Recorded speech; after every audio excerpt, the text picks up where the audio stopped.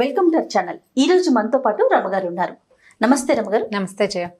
రమగారు, ఈరోజు ఒక సరదా స్టోరీ కావాలండి. మీకు ప్రతి వారం చెప్తూనే ఉన్నాం సరదా స్టోరీ. మోతాదు ఇంకొంచెం పెంచండి రమగారు. మొన్న ఒక కాకరకాయ కూర కథ చెప్పుకున్నాం కదా. ఒక ఆవిడ నాకు ఫోన్ చేశారు. అమ్మాయి కథలో కోడలు గుండ్రాయి పెట్టి అమ్మవారిని బెదిరించింది. అత్తగారిని కూడా బెదిరిస్తే బాగుండేది కదంటే, ఏ గుండ్రాయి పెట్టో, పచ్చడి బండ పెట్టో, రోకల బండ పెట్టో, మంచి లైన్ లో ఉండేది కదా అత్తగారంటే. నవ్వొచ్చింది. ఎలా ఆలోచిస్తారు ప్రజలని. ఆ రోజులు అత్తగారికి వాళ్ళని ఎదిరించే రోజులు కావు బహుశా. మనం ఇలాంటి కథలు, ఈ చందమామ కథల్లో వాటిల్లో చూస్తూ ఉంటాం. అయితే అలాంటిదే ఒక స్టోరీ చెప్తాం. ఒక అత్తగారు కోడలు ఒక ఊళ్ళో ఉండేవారు. ఈ అత్తగారు కూడా కొద్దిగా పిసినారు. అంటే మరి పిసినాడుతనం అంటే ఆటే ఖర్చు పెట్టకుండా తేలికపాటి కూరలు వండుకోవటం, డబ్బులు ఖర్చు పెట్టకుండా ఉండాలనే రోజులను, ఆ రోజులు కూడా అలా పొదపరిగా ఉండే రోజులు. అయితే ఆవిడ ఏం చేసేదంటే, కొడుకు బాగా కష్టపడి పనిచేస్తాడు కాబట్టి వాడికేమో తెల్లన్నం, వరి బియ్యం అని ఉండేది. అక్కడి నుంచి ఓ కూర పులుసో ఏదో చేసేది. ఆవిడ ఏంటంటే కారంగా వర్రగా చేయకుండా చప్పగా చేసేది కూరలు. వరన్నంలోకి కారంగా వేసామనుకోండి, ఎర్రటి పచ్చళ్ళు వేసుకుంటే మండిపోతుంది. అందుకని కొంచెం చప్పటి కూరలు చేసేది. కోడలికేమో జొన్న అన్నం పెట్టేది. ఎందుకంటే కోడలు బలంగా రేపొద్దున పిల్లల్ని కనాలి, పని చేయాలి, ఎంత పని చేయాలి. అందుకని జొన్న అన్నం తింటే బాగా బలం వస్తుందని జొన్న అన్నం పెట్టేది. ఈ జొన్న అన్నంలోకి ఏంటంటే అది చప్పగా ఉంటుంది, తీపిగా ఉండదు. వరన్నంలాగా తీయగా ఉండదు, జొన్న చప్పగా ఉంటుంది. అందులోకి కారం, పచ్చిమిర్చి, ఎండుమిర్చి అలాంటివి తగిలితేనే రుచిగా ఉంటుంది. కొంచెం ఆ మాత్రం తినగలుగుతారు. ఆవిడ ఈ చప్పకూరే పులుసే వేసి పెట్టేది కోడలికి. అది తినలేకపోయేది ఆ పిల్ల. అయితే ఏమైందంటే, ఒకసారి ఓ రోజు సాయంకాలం ఈ అమ్మాయిని చెరువు దగ్గరికి కాపలాకి వెళ్ళమన్నారు. చెరువు పక్కన వాళ్ళకు ఒక చిన్న చేనేదో ఉంది. ఉంటే ఏంటంటే, ఆ చెరువు పక్కన గంగానమ్మ గుడి ఉంది ఆ ఊరిది. మామూలుగా గంగానమ్మ అంటే విగ్రహాలు అవి ఏమి ఉండవు. అక్కడ ఒక రోలు, ఓ పత్రము ఉండేవి. గంగానమ్మ రోలు, గంగానమ్మ పత్రం అనేవాళ్ళు. ఊరి వాళ్ళు ఏదైనా పెద్ద పెద్ద పచ్చళ్ళు చేసుకుంటే వెళ్ళి ఆ రోట్లో రుబ్బుకునేవాళ్ళు. ఆ చెరువు పక్కన ఉన్న రోట్లో రుబ్బుకుంటారు. పండగలప్పుడు దానికే పసుపు బొట్టు పెట్టి గంగానమ్మగా పూజ చేస్తారు. మన దగ్గర కూడా అలాంటి విధానం ఉండ్రాళ్ళకి పెట్టుకుంటాం. అవును. అయితే ఈ పెళ్ళి ఏం చేసింది, సాయంకాలం కొద్దిగా చీకటి పడుతుండగా చెరువు దగ్గరికి వెళ్తూ ఏం చేసిందంటే, ఓ అంత పెసరపప్పుని చెంగును మూట కట్టుకుని నిమ్మ చెట్లు ఏవో ఉన్నాయి వాళ్ళ తోటలో. వాళ్ళు అమ్మాయి వెళ్ళింది తోటేనమాట. సరే పెసరపప్పుని మూట కట్టుకుంది. అత్తగారు అంది, చీకటి పడకుండా అన్నం తినేసేయి, చీకటి పడి జొన్న అన్నం తింటే అరగదు, పెందరాళి అన్నం తినేసేయి, 9 గంటల దాకా ఉండు, అబ్బాయి వచ్చి నిన్ను తీసుకొస్తాడని చెప్పింది. సరే 5:30 అలా అయ్యింది. ఈ పిల్ల ఏం చేసింది, వెళ్ళింది కదా, వెళ్తూ ఏం చేసింది, చెంగుని మూట కట్టుకుంది కదా, ఆ చెంగుని నీళ్ల తొట్టులో ముంచింది. అంటే పెసరపప్పుని తడిపింది అనమాట. పెసరపప్పు కొంచెం నాంతుంది తడికి. మెల్లిగా చెరువు వైపుకి వెళ్ళిపోయింది. అత్తగారు మొగుడు ఇంకెక్కడున్నాడో వీళ్ళింటో ఉన్నారు. అక్కడికి వెళ్ళి కూర్చున్నాక పెళ్ళి ఏం చేసింది, సరే వచ్చేటప్పుడే చిన్న పొన్న వస్తువులు మూట కట్టుకుని తెచ్చుకుంది. ఏం తెచ్చింది, పెసరపప్పు నానబెట్టేసింది కదా కొంగునున్నది, ఒక 4-5 ఎండుమిరపకాయలు బొడ్లో దోపుకుంది. చీర పక్కన పెట్టి దోపేసుకుంది. చిన్న ఇంగు ముక్క, కాస్త ఇంత జీలకర్ర తెచ్చుకుంది. పచ్చడి నూరుకుంది కనమాట. సరే ఏం చేసింది, ఈ చెరువు పక్కన ఏదో పిట్టల్ని వాటిని వడిసెలు విసిరి కొట్టింది. అక్కడి నుంచి ఈ గంగానమ్మదే రోలు ఉంది కదా, అక్కడ కూర్చుని పచ్చడి రుబ్బుకోవటం మొదలుపెట్టింది. ఈ పెసరపప్పు తీసి, కటిక పెసరపప్పు పచ్చడి అంటారు. కొద్దిగా నానిన పెసరపప్పుతోటి పచ్చడి నూరుకుంటారు. ఎర్రగా కారంగా బాగుంటుందన్నమాట. అందులో ఒక ఇంగువ, కాస్త ఉప్పు అవి వేసుకోవాలి. అన్నీ తెచ్చుకుంది వస్తువులు. అత్తగారికి తెలియకుండా మధ్యాహ్నం నుంచి జాగ్రత్తగా చిన్న పొన్న పొట్లాలు కట్టి నడుం చుట్టూతో దొప్పుకుని తెచ్చుకుంది. పెసరపప్పును అంత పెసరపప్పు మాత్రం మూట కట్టింది అనమాట కొంగున. సరే ఏమైంది, ఆ ఊరి రాజుగారు ఆ దారి వెంబడే వస్తున్నాడు. వస్తూ చెరువు దగ్గర మంచినీళ్ళు తాగడానికి దిగితే ఈ పిల్ల రోట్లో ఏదో రుబ్బుతోంది. సరే చూస్తున్నాడు. చీకటి వేళ ఎవ్వరూ లేకుండా ఒక ఆడకూతురు కూర్చుని పప్పు రుబ్బుకుంటుంటే, ఏమిట్రా ఇది అని చూస్తారా, అదేదో వింతగా కనపడింది ఆయనకి దృశ్యం. సరే చూస్తుంటే ఏం చేసింది, ఈ పిల్ల రొంటి నుంచి ఇది ఇంగు తీసి వేసి నలిపింది. కాస్త రుబ్బేసరికల్లా ఇంగు గుమాయిస్తూ వాసన వస్తుంది కదా, వాసన వచ్చేసరికల్లా రాజుగారికి భలే బాగుంది వాసన అని ఆ అమ్మాయి దగ్గరికి వెళ్ళాడు. అమ్మాయి ఏమిటమ్మా చీకట్లో కూర్చుని రుబ్బుతున్నావు, నువ్వెవరు ఏమిటని అడిగితే, పలానా వాళ్ళ కోడలండి, చెరువు పక్కన ఉన్న చెలవకి కాపలా వచ్చాను, పక్కన చేనుంది దానికి కాపలా కోసం వచ్చాను, అన్నంలో కోసం అని పెసరపప్పు పచ్చడి రుబ్బుకుంటున్నానండి. ఎంత మంచి వాసన వస్తుంది, కాస్త పెట్టవా అన్నాడు. చేతిలో పెట్టింది. అన్నట్టు కారంగా ఉంటే అమ్మాయింది, బొట్టిగా తింటే కారం పడుతుందండి, జొన్న అన్నంలో నలుచుకు తింటే బాగుంటుంది, నేను అన్నం తెచ్చుకున్నాను తింటారా అంది. ఆ పచ్చడి రుచి పట్టలేకపోతున్నాడు ఆయన ఆ వాసనకి. సరే ఏం చేశాడు, ఆ పిల్ల పక్కన చేలో ఉన్న ఒక నిమ్మకాయ కోసుకొచ్చి దానికి కాస్త చిన్న పిన్నిస్తో చిల్లు పెట్టి, ఏ చాకులు గీకులు లేవు కదా, పచ్చడి నిమ్మరసం పిండిది. నిమ్మరసం వేస్తే ఇంకా మంచి వాసన వస్తుంది ఆ పచ్చడి. అక్కడి నుంచి ఏం చేశాడు, ఆ అమ్మాయి టిఫిన్ మూత డబ్బాలో పెట్టుకొచ్చుకుంది కదా, అందులోంచి మూతలోకి అంత జొన్నన్నం తీసి పచ్చడి వేసి కాస్త కలిపి రాజుగారి చేతిలో పెట్టింది. రాజుగారు చక తినేశాడు. ఇంకొంచెం పెట్టని సగం అన్నం రాజుగారు తినేశాడు. ఎంత బాగుందమ్మా, భలే బాగుంది, చాలా బాగా చేసావు అని ఇదిగో ఇది ఉంచుకొని ఒక రూపాయి కాసులను సంచి ఆ పిల్ల చేతిలో పెట్టబోయాడు. పెట్టపోతే అమ్మాయింది, ఎందుకండి డబ్బులు గిబ్బులు ఇవ్వద్దు, ఇప్పుడు ఈ డబ్బులు ఎవరిచ్చారని చెప్పండి నేనంటే రాజుగారు ఇచ్చారని చెప్పమన్నాడు. రాజుగారు ఇచ్చారంటే రాజుగారు డబ్బులు ఇవ్వడానికి నువ్వేం చేసావని అడగదా మా అత్త అడుగుతుంది. అడిగితే ఏం చెప్పాలి, చెప్పు అన్నం పెట్టానని చెప్పు అన్నాడు. మరి మీరు జొన్నన్నం తిన్నారని ఊరంతా ప్రచారం అవుతుంది, మీకు ఓకేనా? రాజుగారు నాలుగు కరుక్కున్నాడు. ఏంటంటే రాజులు వాళ్ళు జొన్నన్నాలు తినకూడదు, ఓకే, పరువు తక్కువ. సరే నేను తిన్నానని చెప్పకూడదు ఒకటి. రెండోది, జొన్నన్నంలోకి ఏ వేసుకు తిన్నాడు అంటే పెసరపప్పు పచ్చడి అన్నది. కోడలు పెసరపప్పు తెచ్చుకుందన్న సంగతి బయటపడిపోతుంది. కాబట్టి మా అత్తకి తెలిసిపోతుంది నాకు డబ్బులు వద్దండి అంటే ఆయనకి రాజుకి డౌట్ వచ్చింది.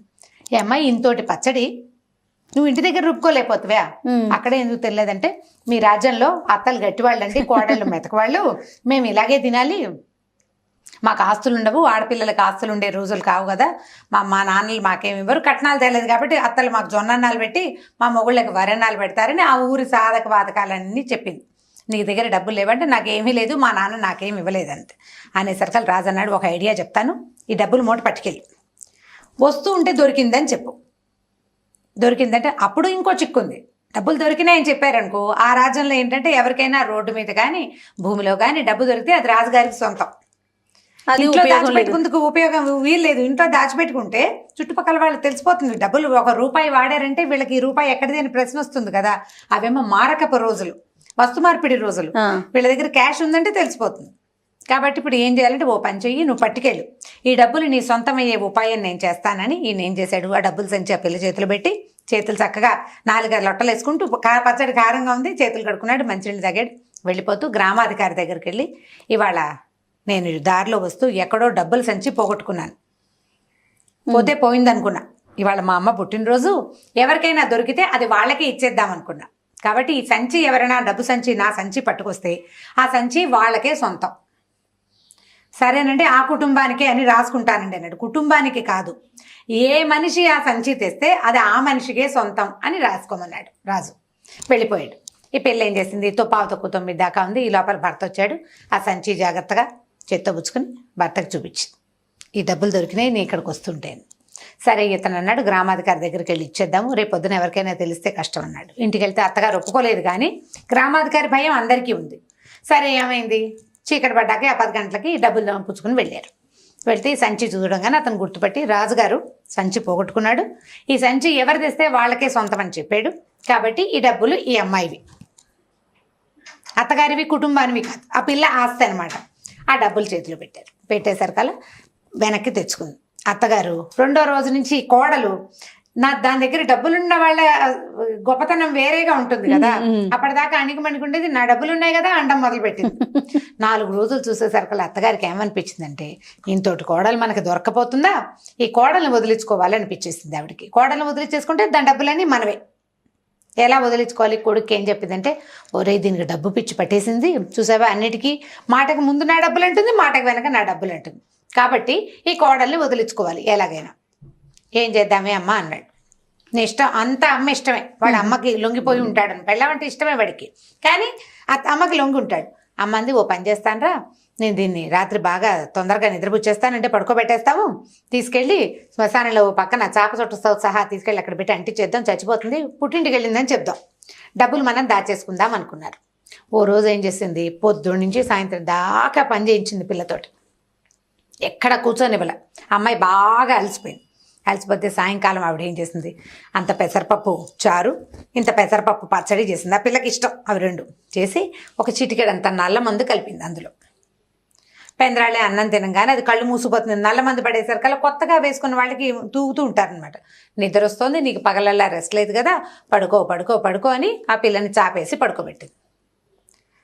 పడుకోబెట్టేసరికల్లా పిల్ల నిద్రపోయింది.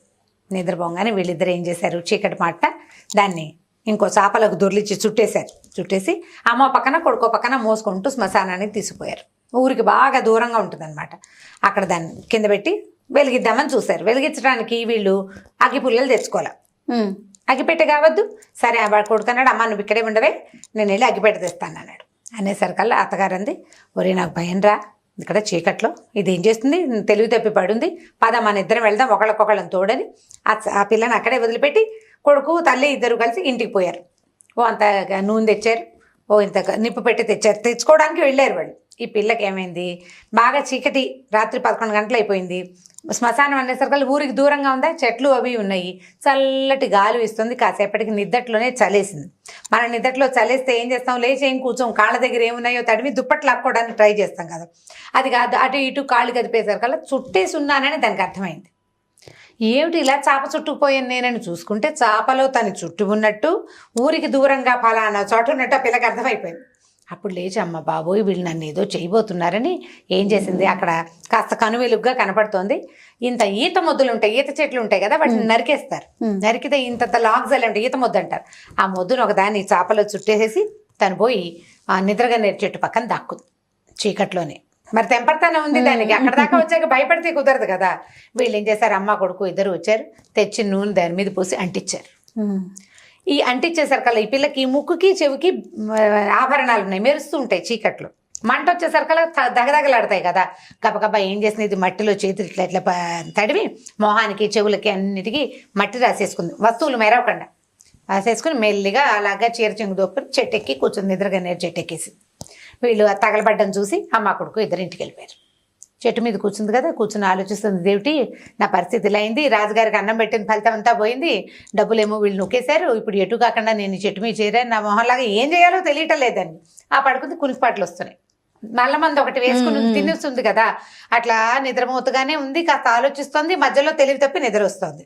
ఇంతలో ఏమైంది, ఊరికి దూరంగా ఉంది కదా, ఆ ఊళ్ళో నుంచి కొంతమంది దొంగలు ఈ శ్మశానం దగ్గరకు వచ్చారు. ఒక 5-6 వాళ్ళు ఏం చేశారు, డబ్బులు తెచ్చుకుని చెట్టు కింద కూర్చుని పంచుకుంటున్నారు. వాళ్ళకి వెలుగేమిటి, ఈ పిల్లని తగలెట్టుతున్నాం అనుకుని ఈత ముద్దను వెలిగించారు కదా, అది మండుతూ ఉంటుంది కణకణలాడుతూ. అమ్మ కొడుకు నుంచుంటే వాళ్ళకి అర్థమయ్యేది శవంకాలిన వాసన బాగుండదని వాళ్ళ ఇంటికి వెళ్ళిపోయారు. ఆ మంట వెలుగులో వీళ్ళు డబ్బులు పంచుకుంటున్నారు.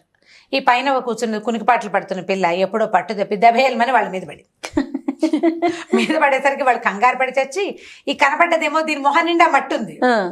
మనిషిలాగా వాళ్ళకి తోచలేదు. చీకటి మాట రాత్రి 1 గంటకో 2 చెట్టు మీద నుంచి ఒకటి దూకింది, దాని మొహం నిండా మసి. అక్కడి నుంచి ఏమైంది, వాళ్ళు కాస్త బెదిరిపోయి, ఓరు నాయను ఇదేదో అమ్మవారల్లే ఉంది, అమ్మవారంటే ఇదే ఏదో దూకింది మీదకి అని చెప్పేసి పారిపోయారు. పారిపోతే ఈ పిల్ల చూసుకుంది, కిందేవో చక్కగా డబ్బులు గిబ్బులు కనపడుతున్నాయి. తెల్లారేదాకా చెట్టు మొదట్లో పడుకుని నిద్రపోయింది. తెల్లవారిన తర్వాత అక్కడ మిగిలిన వస్తువులు డబ్బులు కనపడ్డాయి. వాటిని మెల్లిగా 2 మూట కట్టుకుని ఇంటి వైపుకి నడిచొచ్చింది. ఇంటికి నడిచి వచ్చేసరికి మొహం నిండా మట్టి ఉందన్న ఇంగితం లేదు దానికి. తలుపు కొట్టితే అమ్మ కొడుకు తలుపు తీసి తెల్లబోయారు. అమ్మో బ్రహ్మరాక్షస అయిపోయింది, కోడలు చచ్చిపోయి అది వచ్చేసింది మన మీద, కానీ తలుపేసేసారు వాళ్ళు. వేసేసి ఇది అరిచొచ్చి కేకలు పెట్టింది, అత్తయ్య అత్తయ్య తలుపుతీ అత్తయ్య నేనే వచ్చాను అత్తయ్య అంటే, అదేమిటి వీళ్ళకి అర్థం కాలేదు, చంపేసాం ఇది వచ్చేసింది. భయపడితే, మీరు భయపడకండి, నేనేం రాక్షసం కాను, మనిషినే, స్వర్గానికి వెళ్ళి తిరిగి వస్తున్నాను, తలుపు తీయండి అంది. అనేసరికి వాళ్ళు ఏం చేశారు, సరే ఇదేదో బాగానే ఉందని తీశారు తలుపు. మొహం కడుక్కుంది, ఈ లోపల పళ్ళు తోకుంది, మొహం కడుక్కుంది, లోపలికి వచ్చి కూర్చుంది. అత్తయ్య తినడానికి ఏమైనా పెట్టవా, చాలా దూరం నడిచాను నేను. అది ఎక్కడికి నడిచావే, శ్మశానం నుంచి ఇంటికి రావడానికి. ఏంది శ్మశానం కాదు అత్తయ్య, నేను స్వర్గం నుంచి నడిచిస్తున్నాను, నేను రాత్రి మీరు నన్ను తగలెట్టారా, స్వర్గానికి వెళ్ళిపోయాను, మామయ్య కనిపించాడు నాకని చెప్పి. మామయ్య కనిపించాడు, ఈ లోపల డబ్బులు దాచుకొచ్చుకుందిగా, ఆ డబ్బులు నగలు అన్నీ చూపించేసరికి వాళ్ళు తెల్లబోయారు. ఇవన్నీ ఎక్కడంటే మామయ్య గారు స్వర్గంలో ఉన్నారు, నాకు అన్నీ ఇచ్చారు, అక్కడ చక్కగా రంభ, ఊరసి, మేనక, తిలోత్తమ ఇలా 3 మంది డాన్సర్లు ఉన్నారు, వాళ్ళందరితోటి చక్కగా మామయ్య గారు ఎంజాయ్ చేస్తున్నారు. నేను వెళ్తే ఆయన ఇక్కడ ఉండగా ఎలా ఉంటే సన్నగా ఇలకట్టుకుని ఉండేవాడా, స్వర్గంలో బాగా తిని నున్నగా అయ్యాడు. నేను కూడా రాత్రి వాళ్ళ దగ్గర చక్కగా అవి ఇవి పళ్ళు అవి తిన్నాను, నడక ఎక్కువైంది, కానీ ఇవన్నీ ఇమ్మన్నారు, మీ అత్తను చూసి ఎన్నాళ్ళు అయిందే అన్నాడు మామయ్య అని చెప్పింది. చెప్పేసరికి నమ్మేశారు వీళ్ళు, ఎందుకంటే వీళ్ళు అంటించారు కదా. అక్కడి నుంచి ఈవిడికి డౌట్ రావటం మొదలెట్టింది, ఇదేమిటి మొగుడు ఇక్కడ ఉండగా ఎవరిని కన్నెత్తి చూసేవాడు కాదు, సచ్చి స్వర్గానికి వెళ్ళాక రమ్మతో వాళ్ళతో కబుర్లు చెప్తున్నాడు ఏం పాడు. అక్కడి నుంచి దాన్ని స్వర్గం కబుర్లు అడగటం మొదలెట్టింది కోడల్ని. బాగుందా, అక్కడ ఎలా ఉంది, కుర్చీలు ఉన్నాయా, మంచాలు ఉన్నాయా, మీ మామగారు ఎక్కడున్నాడు, వాళ్ళంతా ఎక్కడ ఉంటారు, ఇంకా మనుషులు ఎవరున్నారంటే 3 మంది ఉన్నారు, మావయ్య నేను బోల్డ్ కబుర్లు చెప్పుకున్నాం, ఆయన మిమ్మల్ని చూడాలని చాలా ఇదవుతున్నాడు అత్తయ్య, వెళ్తావో వెళ్ళవో నీ ఇష్టం, కానీ మీ అత్తని కూడా తీసుకురావే అమ్మాయి అని అడిగాడు, వెళ్తావో వెళ్ళవో నీ ఇష్టం మరి రోజు 4-5 రోజులు నీ ఇష్టం అంట మొదలెట్టింది. ఈవిడికి ఓ పక్కన మొగుడిని చూద్దామని ఉంది, ఆయన అక్కడ ఏం పువ్వులు పూయించేస్తున్నాడు అని డౌట్గా ఉంది. అక్కడి నుంచి ఏమంది ఓ రోజు కొడుకుతోటి, ఒరే ఎలాగైనా ఇది వెళ్ళొచ్చింది, నన్ను కూడా అక్కడికి పంపించండి రా, 2 రోజులు వెళ్ళి మీ నాన్నని చూసొస్తాను, స్వర్గానికి వెళ్ళొచ్చేసింది కదా కోడలు మరి, అందుకని నన్ను కూడా పంపించరా అని అడగటం మొదలెట్టింది. కొడుకు అన్నాడు, ఏమోనే అమ్మా నువ్వు సరిగ్గా వస్తావో రావంటే, ఎందుకు రాను, అది రాలా, ఆ మాత్రం తెలివితేటలు నాకు లేవు, నేను వస్తాను రాను. అక్కడి నుంచి వీళ్ళు ఏం చేశారు, సరేనని నువ్వు ముందు దానికి ముందు నల్లమంది వేసుకోవాలి, అన్నం పెట్టారు, నల్లమంది వేసి తీసుకెళ్లి అంటించేశారు. మరి స్వర్గానికి వెళ్తారంటోంది కదా. కొడుకు ఏమర్థం అవుతుంది, వాళ్ళ అమ్మ ఏదంటే అదే వాడు, రెండో మాట వాడికి లేదు. చాలా మంది ఉన్నారు అలాంటి కొడుకులు ఇప్పటికి కూడా, ఇప్పటికీను. తీసుకెళ్ళి అంటించారు. అంటిస్తే 2 రోజులైంది, ఏమిటే మా అమ్మ రావట్లేదు అంటాడు వాడు భర్త. అతను అడుగుతున్నాడు అనమాట, మా అమ్మ ఏమిటే 2 రోజులైనా రాదు, 4 రోజులైనా రాదు, ఏమోలే ఆయన వదిలిపెట్టి రాలేకపోతుందో ఏమిటో. కాదే ఇక్కడ గొడ్డు గోదా, ఆవిడేమిటి వెళ్ళేటప్పుడు ఆవు ఈయన మోపు మీద ఉంది, ఆవి నాటికి వచ్చేస్తాను జున్ను తినడం కోసం అని చెప్పింది. ఆవినింది, జున్ను అయ్యింది, తెరపిన పడ్డాయి, ఏమీ లేవు, పాలు మామూలుగానే ఇచ్చేస్తుంది, ఆవు జున్ను పాలు అయిపోయినాయి. అయినా అత్తగారు రాలే. అత్తగారు రాపోయేసరికి కొడుకు ఒక 15-20 రోజులు అయ్యేసరికి డౌట్ వచ్చేసింది, మా అమ్మ ఏమిటి అక్కడే ఉండిపోయిందా, నేను ఏం చేయాలి. ఆయన సర్కల్ అమ్మాయి ఏం చేసిందంటే తాపీగా మొగుడిని కూర్చోబెట్టి సాంగంగా జరిగిందంతా చెప్పింది. మీరు నన్ను ఇది చేయబోయారు, ఇప్పుడు మీ అమ్మ వెళ్ళిపోతే నీకు నొప్పి తెలుస్తోంది, నేను తిరిగి రాకపోతే నీకు తెలిసేదే, రాజుగారు ఇచ్చిన డబ్బులు నువ్వే పట్టుకొని మీరే తీసేసుకుని, నేను రోడ్డు నుంచి పట్టుకొచ్చిన డబ్బులు కూడా మీరే తీసేసుకోవాలని మీ ఉద్దేశము అని భర్తకి బాగా అర్థమయ్యేలాగా బ్రెయిన్ వాష్ చేసింది అనమాట. చేసేసరికి వాడు ఏమంటే, సరే కానీలే మా అమ్మ తిరిగి రాపోయినా మా నాన్న దగ్గరే ఉందని స్థిమితంగా ఊరుకున్నాడు. ఈ అమ్మాయి హాయిగా అంతకుముందు రాజుగారు ఇచ్చిన డబ్బులు, ఇప్పుడు తను తెచ్చుకున్న డబ్బులతోటి చక్కగా పాల వ్యాపారం చేసుకుంటూ హాయిగా సంతోషంగా ఉంది భర్తతోటి. తర్వాత తన కోడళ్ళని ఆవిడెప్పుడు జొన్నన్నం పెట్టలేదన్నమాట. జొన్నన్నం తిన్న కోడళ్ళు తిరుగుబాటు చేస్తారని. అంటే బంతిలో బలపక్షం చేయకూడదు కదా జయ. బంతిలో బాలపక్షం చేస్తే ఎట్లా, వీళ్ళు చిన్నపిల్లలని పెట్టకుండా ఉండకూడదు. అందరు ఇప్పుడు నువ్వేం తింటున్నావో నీ పక్కన ఉన్న వాడికి కూడా అదే పెడితే వాడికి ఏం తేడా దృష్టి ఉండదు. నువ్వు సరిగ్గా చేయకపోతే వాళ్ళు నిన్ను ఏదైనా చెయ్యాలనుకుంటారు. అత్తగారులకు పాఠమే కదా ఇది, అత్తగారులకు గుణపాఠమే. ఊళ్ళో ఎవరు అత్తగారులు ఏం చేశారో మరి, చాలా ఉంటాయి ఇలాంటి కథలు, బోల్డ్ అని కనపడతాయి. చాలా బాగుంది. స్వర్గారోహణ పర్వం కథ బ్రహ్మాండంగా ఉంటుంది. ఫన్నీగా ఉంది రమ్మగారు, పిల్లలకు కూడా కొంచెం నవ్వుకోవటానికి బాగుంటుంది. ఇలా చేయకూడదు, ఇలా చేయొచ్చు అని చెప్పడానికి కూడా ఉపయోగపడుతుంది. రైట్ రమ్మగారు, ఇంకో స్టోరీతో మళ్ళీ కలుద్దాం. ఓకే జయ, థ్యాంక్ యూ అండి. ఈ వీడియో కనుక మీకు నచ్చినట్లయితే లైక్ చేయండి, షేర్ చేయండి. మరిన్ని వీడియోస్ కోసం మా ఛానల్ ని సబ్స్క్రైబ్ చేసుకోండి. సుమన్ టీవీలో మీ పర్సనల్ అండ్ బిజినెస్ ప్రమోషన్స్ కోసం కింది నెంబర్ కి కాంటాక్ట్ చేయండి.